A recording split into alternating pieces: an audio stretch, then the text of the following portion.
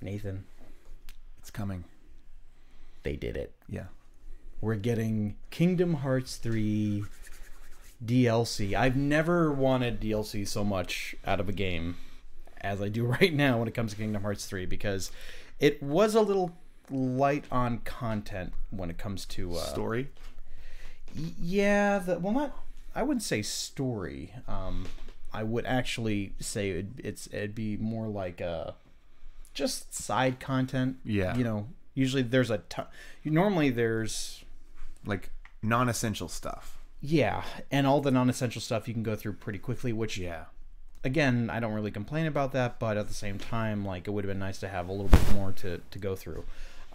So we are getting Kingdom Hearts DLC. It's going to be both free and paid, and what it looks like is the free update is going to include an extra difficulty level called critical, which other Kingdom Hearts games have had. Normally, there's like beginner, normal, proud, and then critical. And critical, I might be wrong about this, but I think it's only been included in the final mix versions of the game. So for the Kingdom Hearts noob, namely you, Nathan, because you have not played a Kingdom Hearts game, in Japan, they do this thing, or they used to anyway. They used to do this thing where they would release a game, and if it was very popular, such as Kingdom Hearts, they'd release like a beefed up version of it later that would include like English voice casting, because believe it or not, it's funny because you know how a lot of people who watch anime like to watch it subbed. Mm-hmm.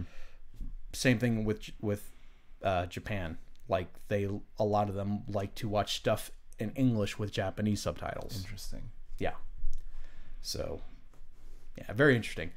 So the final mixed versions of Kingdom Hearts were these like beefed up collections where they tweaked things about that would make the game better. They would add like really difficult bosses that would be hidden. And even though the vanilla version of Kingdom Hearts like had like, you know, Sephiroth and Ice Titan as like additional bosses, there was also an extra boss called, I think he was called the Enigmatic Man, but it turned out to be like the final boss from Kingdom Hearts 2. Like, you find that out later. And they also did another boss in Kingdom Hearts 2. I think it was like Unrelenting Will. It turned out to be Terra, who's like a main character from Birth by Sleep. So they kept doing these cool things with Final Mix, and we didn't get them in the US until they did the HD remasters of the Kingdom Hearts collections. So then we could actually get to play the final mix versions of those games, and that a lot of people consider them to be the definitive versions. So that's how they would handle this in the past. Like, they would just release a final mix version, which wouldn't be released internationally, so that kind of stinks for Kingdom Hearts fans like me in the US. But what they're going to be doing this time is the final mix version is pretty much going to be the free version, which will have that new it'll have that new difficulty setting.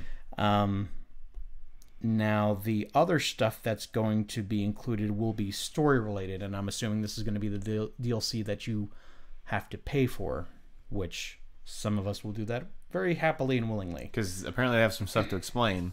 Right. Apparently the thing that Nomura, the director, has stated that it's going to cover is it's going to center around Shion, who is one of the characters who gets freed or gets brought back in Kingdom Hearts 3, that a lot of people wanted to see make a return. And they didn't really explain how she returned it, but I have my own theories of that I'm like, I didn't really need it explained. I kind of think I know how she came back anyway, but Yeah. Apparently that's going to be explained in the DLC, so it's not going to be so much post-story or post-game story, like additional story. It's just going to be like, oh, hey, you wondered how this event happened? Well, we're going to go into that, which I'll be fine with. Yeah. So, and it'll be neat because Shion has been a character that I don't even think you got to play as her in